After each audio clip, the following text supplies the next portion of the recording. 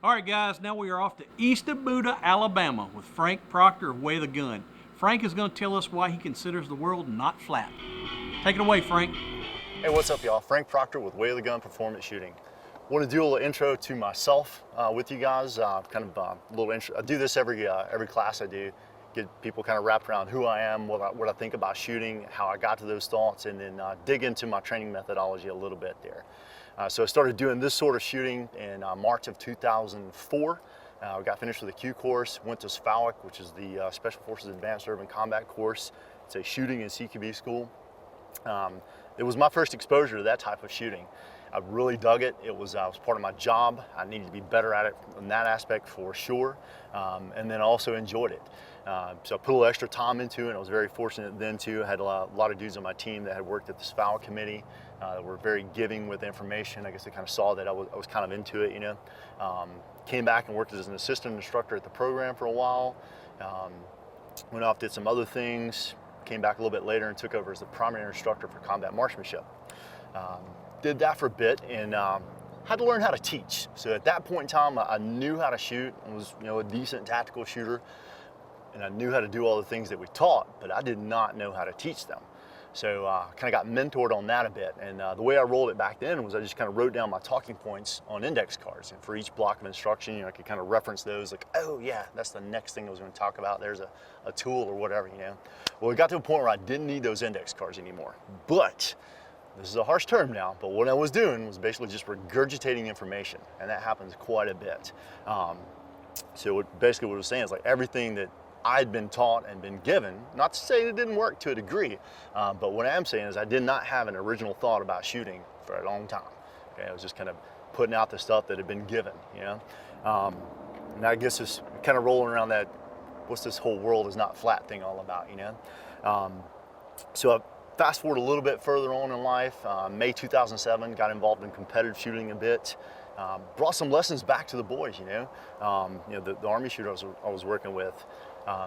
The thing I really dug about it then was I got a chance to get tested to see how good I wasn't on a Saturday, just hanging out with a bunch of folks. And if I wasn't that good, nobody got hurt, And I really found out that I wasn't as good as I hoped I would be, But that was cool. Got a chance to go back and work on it, go re-attack the next weekend, and had a great time doing it. I learned a lot about shooting there. I started bringing some of those lessons back to the Army side of the house. Most of it then was efficiency stuff. I was figuring some things out about seeing, but as much as I was shooting then, I really didn't learn nearly as much about shooting as I have about it since I started doing what I'm doing now. In January of 2012, I started teaching and doing the open enrollment classes and stuff like that, and learned a lot about shooting. And a lot of it was just by being way more analytical, looking at things like, hey, I wonder what's going on there. Why does that happen? Seeing video, wondering about things as I was doing them, kind of getting outside of myself as a shooter. So now let's dig into this whole world flat thing. If you guys recall back in history, or about the year 1400, if you were to get in a boat and sail off towards the horizon, you weren't coming back because the world was flat and you're going to fall off the end. And that was all based off of what a map looked like. Nobody tried it. Like, just because. Why? Just because the book says, So the map says it's flat, right? Well, the dude jumped in a boat in 1492, and now here we are. Actually, there were people already here, but he discovered it, okay? I think there's something pretty cool about that too, is discovering information for yourself. A lot of things I've kind of figured out from being analytical, getting on the outside and asking questions and looking, probably already there. I think that Sun Tzu guy said there's nothing new under the sun. I think that was him, I'm not sure. But probably not, but once you discover something for yourself, it's your information. I think that's very critical. So I would encourage you, jump out there, take a look at some stuff. The things I say when I teach and train, the stuff that's out there on the DVDs, I know it, I've seen it with my own eyes, my eyes have touched it. Try it for yourself, don't take my word for it. Get out there and dig into it. And hey man, who knows, the world may not be round.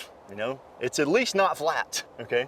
The shooting world, that is, may not be round. We may go over a curve there, or over a hill, and might be a little peninsula going out somewhere. I think we owe it to ourselves to jump out there and check it out. Talking about rifles, one of the world's flatisms, nose to charging handle. Not necessary, I think. Shoot an optic, wherever your head's at, if you can see that reticle, you're good. Irons, if you can see this, and you see it through that, no matter where your head's at, you're good. We'll take a look at that as we start shooting a little bit later on. And like I said, world's not flat. Y'all take it easy, and we'll see you in a little bit. Trigger Time TV is brought to you by Crossbreed Holsters, Osprey Armaments, Troy Industries, Troy Defense, BCM, Bravo Company USA, Keltec, Nemo Arms, Tactical Walls, Dark Angel, Mission First Tactical, EOTech, Mayflower Research and Consulting, Streamlight Closed Captioning, provided by Wiley X, and Trigger Time TV ammunition provided by Freedom Munitions.